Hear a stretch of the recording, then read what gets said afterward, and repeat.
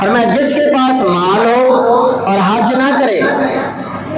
اب وہ تو سمجھنا چاہیے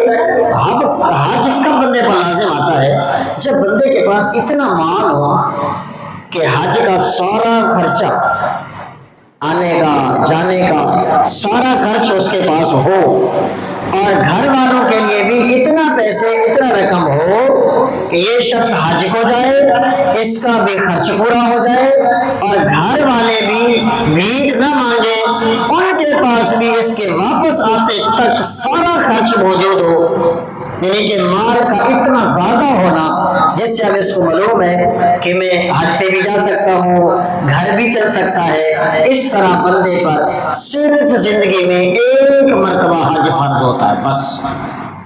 اب ایک حج کر لیا، اس کے بعد کروڑ پتی ارب پتی ہو گیا، اب حج فرض نہیں ہے، صرف ایک مرتبہ ہے بس۔ فرمایا جس کے پاس مال ہو اور حج نہ کرے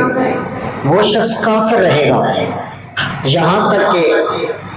کوشش کرے جلد حج کرے۔